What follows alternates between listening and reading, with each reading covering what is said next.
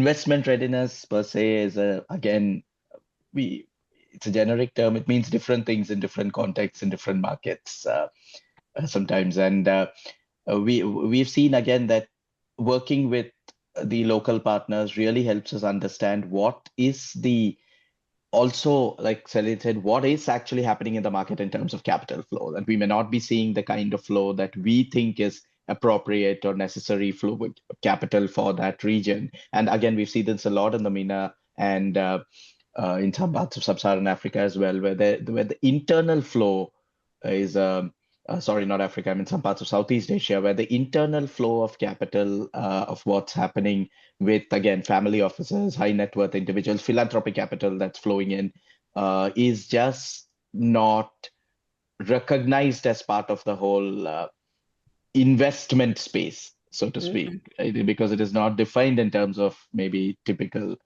VC models, but there is movement of capital that where a lot of the challenge, I think, is also around harnessing that, channelizing it in a way that it really reaches the entrepreneurs and helps them hit the metrics that they want to hit. And I'm saying want to and not necessarily need to, because need to is again defined externally very often. The want to really comes from what the entrepreneur feels is necessary to do with their solution, because they're the ones building that solution for specific problems that their communities face.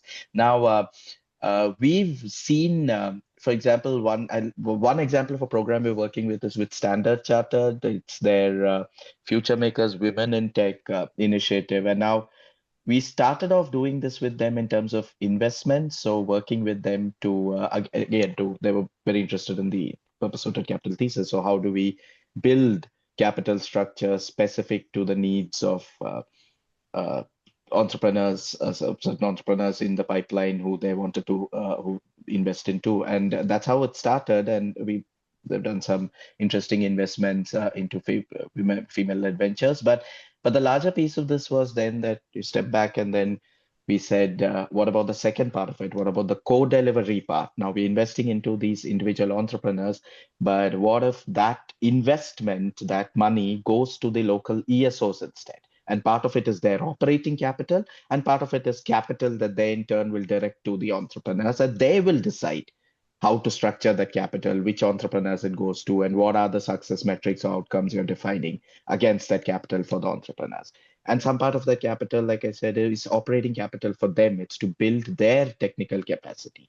It's to really for them to be more sustainable organizations, not both financially and also in terms of being able to sustain the outcomes that they want to hit. And so that kind of investment into capacity building into for the support system around the entrepreneur is also investment. I would say that is often not, and it's not really considered investment in that sense, because it is not really we're putting money in and then we're getting it. It's really we're putting in something to build the system, and the impact of that is longer term. The impact of that is what those entrepreneur support organizations are then going to go and do with the entrepreneurs around them. The Dutch Good Growth Fund is another example of this. We've done a ton of work with them in the MENA region, a lot of work in Palestine, actually, with Palestinian accelerators in particular. And again, the thesis for them also is the same. It is, we're not just funding something, we're investing into the local capacity. And that's very much a part of the larger conversation around flow of capital.